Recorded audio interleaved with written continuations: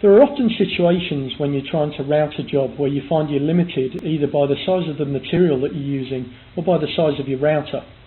For instance, in this case, we're trying to mill a sign out of a piece of material that's 2400 millimeters long by 1200 millimeters high. If my router is limited to a 1200 by 1200 base, or maybe that's the size of the material I can get, then I will not be able to cut this out of a single toolpath. I'm either going to have to do multiple setups in separate pieces of material, or set the material up, cut half of it, and then pull it through to cut the other half. It is possible for me to divide the artwork up and assign the toolpath separately, but that makes it more tricky to make sure I use all the right tooling and parameters, and quite frankly is going to be quite time consuming. A nice tool that was added to ArtCam Insignia in the most recent release is the panelling tool. If I click on this panelling tool, what it allows me to do is specify a panel of material, or the panel that's the size of my router, and it will divide the job up for me. You can see here I've got 2 panels specified based on the size that I've got.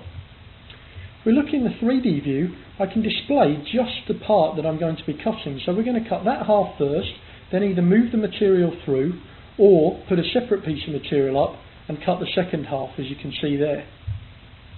It really is easy and a nice way to divide the job up. You can see I can specify even smaller sizes if I want. For instance, we may only have parts that are 600 high, in which case I'm going to be cutting it into quarters, and we can display that either as they're going to be cut or in the finished job in comparison to where the initial parts are as well. One more way that makes this very easy to use is I can even use the guidelines that are provided in ArtCam.